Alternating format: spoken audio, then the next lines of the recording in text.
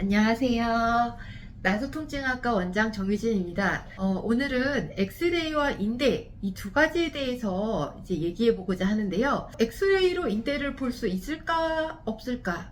요거에 대해서 한번 얘기를 해볼까 해요. 엑스레이라고 하면은 우리가 흔히 생각하는 적외선, 자외선 이런 것 같은 전자기파의 한 종류긴 한데, 얘는 특성이 굉장히 특별라서 이제 의료기기에 쓰이고 있는 녀석이죠. 예. 그래서 우리가 쉽게 알다시피 엑스레이에서 뼈는 하얗게 보이고 나머지는 까맣게 보이잖아요. 인대라고 하는 거는 뼈처럼 밀도가 아주 높은 조직은 아닙니다.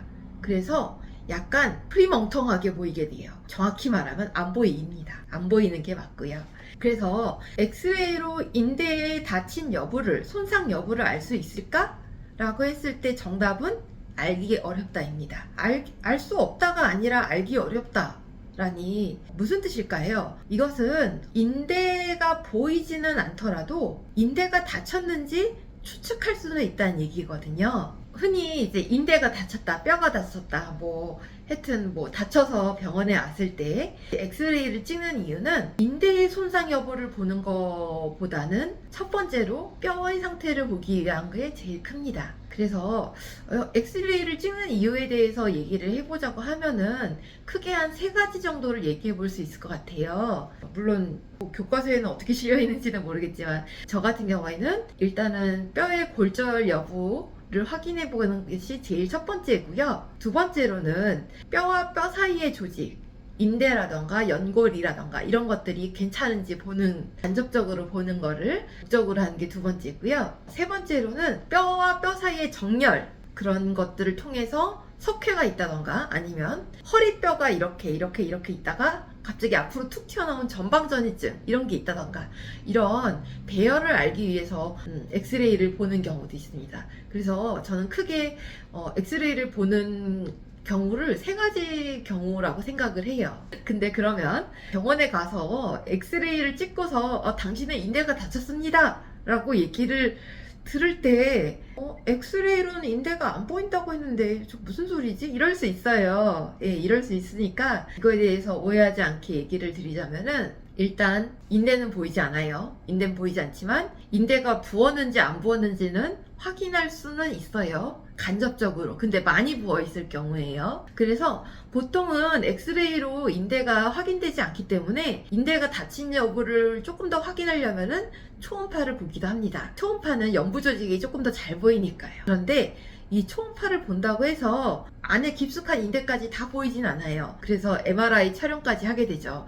만약에 이제 심각한 인대 손상이 의심이 된다 이렇게 될 경우에는요. 그런데 겉에 표면에 있는 인대라던가 조금 우리가 눈치채기 쉬운 인대들이 있어요. 그런 인대 같은 경우는 초음파로도 확인이 가능합니다. 예. 물론 엑스레이로 인대가 다쳤는지를 알 수 있는 방법도 있긴 있어요. 발목 같은 경우는 발목이 이렇게 있다고 하면은 스트레스를 막 줘가지고 발목에 인대 이상을 보는 검사를 할 수 있는데요. 사실 그렇게 하면 인대가 너무 아프고 아프지 않게 진단할 수 있는데 아프게 진단할 필요는 없잖아요. 예, 그래서 그런 방법이 있다는 정도만 알고 계시면 될 것 같고요.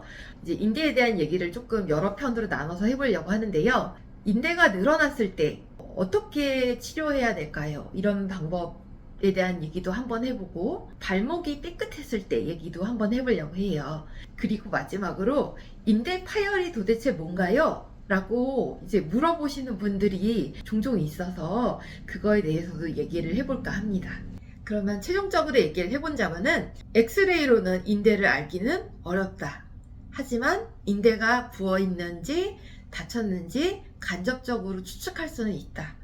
그러면 우리가 병원에 가면 엑스레이도 찍고 초음파도 찍고 MRI도 찍고 이렇게 여러 가지를 찍게 되는데 이거 다 낭비 아니냐 이렇게 얘기할 수 있는데 엑스레이가 제일 간단해서 찍는 게 아니라 방향이라던가 각도 그리고 보는 목적이 다 다르기 때문입니다. 우리가 이제 엑스레이를 볼 때 어떤 걸 보고 초음파를 볼 때 어떤 걸 보고 MRI를 볼 때 또 어떤 걸 보고 이게 각각 다 타겟이 다르거든요. 그리고 얘네들을 다 중첩해서 하나로 묶었을 때 아 이거구나 하고 알 수 있는 경우도 있고요.